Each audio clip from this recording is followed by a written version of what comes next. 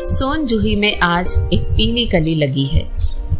इसे देखकर अनायास ही उस छोटे से जीव का स्मरण हो आया जो इस लता की सघन हरी तिमा में छिपकर बैठता था और फिर मेरे निकट पहुंचते ही कंधे पर कूदकर मुझे चौंका देता था।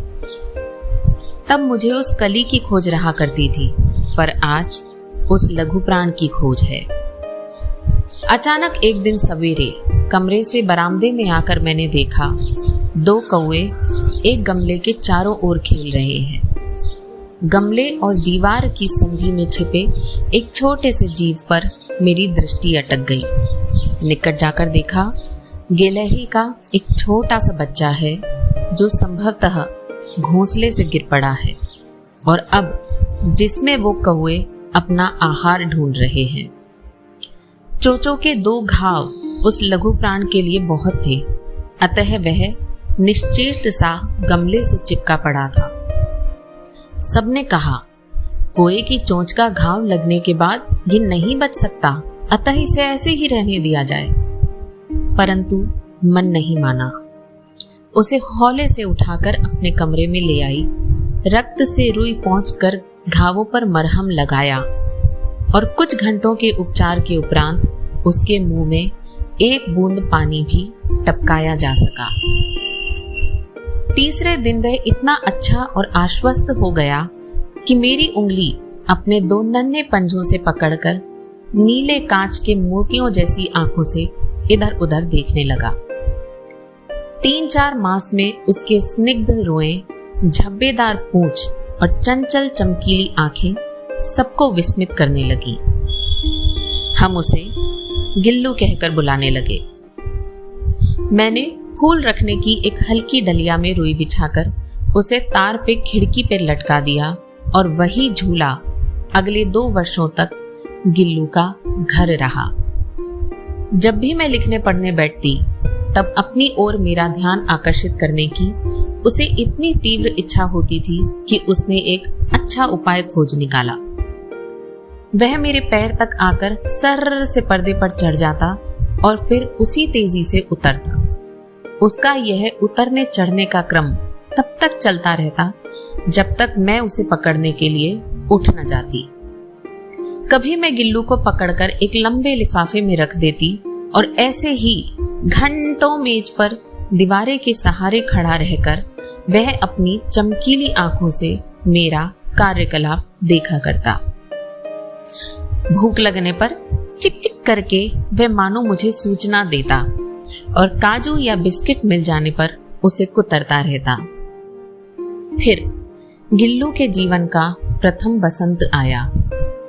नील चमेली की गंध मेरे कमरे में हौले हौले आने लगी। बाहर की गिलहरियां खिड़की की जाली के पास आकर चिक चिक करके न जाने क्या क्या कहती। गिल्लू को जाली के पास बैठकर अपने पन से बाहर झांक कर देखते हुए मुझे लगा कि इसे मुक्त करना आवश्यक है। मैंने कीले निकालकर जाली का एक कोना खोल दिया और गिल्लू ने उस कोने से बाहर जाने पर सचमुच ही मुक्ति की सांस ली। इतने छोटे जीव को घर में पले कुत्ते बिल्लियों से बचाना भी तो एक समस्या ही थी। आवश्यक कागज पत्रों के कारण मेरे बाहर जाने पर वो कमरा बंद ही रहता है। मेरे कमरे से बाहर जाने पर भी खिड़की की खुली जाली की राह वो बाहर चला जाता।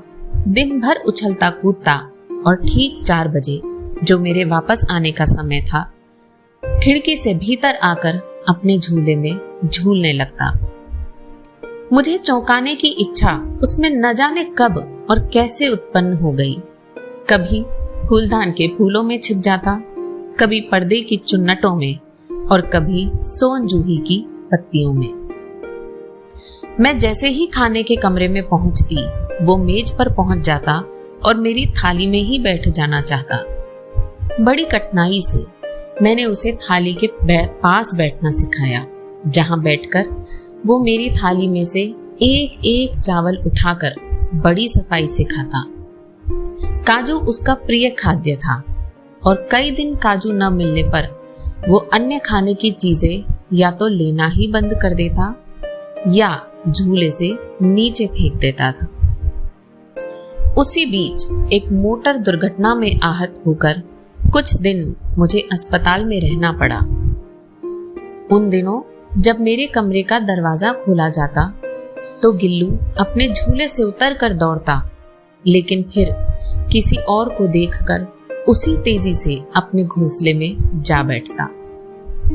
सब उसे काजू दे जाते, परंतु अस्पताल से लौटकर जब मैंने उसके झूले की सफाई की तो उसमें काजू भरे मिले, जिनसे ज्ञात हुआ कि उन दिनों अपना प्रिय खाद्य भी वो कितना कम खाता रहा था। मेरी अस्वस्थता में वे तकिए पर सिरहाने बैठकर अपने नन्हे नन्हे पंजों से मेरे सिर और बालों को इतने हौले हौले सहलाता रहता कि उसका हटना एक परिचारिका के हटने के समान ही लगता। गिलहरियों के जीवन की अवधि 2 वर्ष से अधिक नहीं होती, अतः गिल्लू की जीवन यात्रा का अंत आ ही गया। दिन भर उसने न कुछ खाया न वो बाहर गया। रात में अंत की यातना में भी वो मेरे बिस्तर पर आया और अपने ठंडे पंजों से मेरी वही उंगली पकड़कर मेरे हाथ से चिपक गया जिसे उसने उस दिन अपने बचपन की मरणासन स्थिति में पकड़ा था। पंजे इतने ठंडे थे कि मैंने जागकर हीटर जलाया और उसे उष्णता देने का प्रयत्न किया, परंतु प्रभात की प्रथम किरण के स्पर्श के साथ ही गिल्लू कभी न जागने के लिए सो गया। उसका झूला उतार कर रख दिया गया है, खिड़की की जाली भी बंद कर दी गई है, परंतु गिलहरियों की नई पीढ़ी जाली के उस पार चिक-चिक करती ही रहती है और सोनजूही पर बसंत आता ही रहता है। ये था मेरा गिल्लू और उसकी वो सोनजूही की नन्ही कली।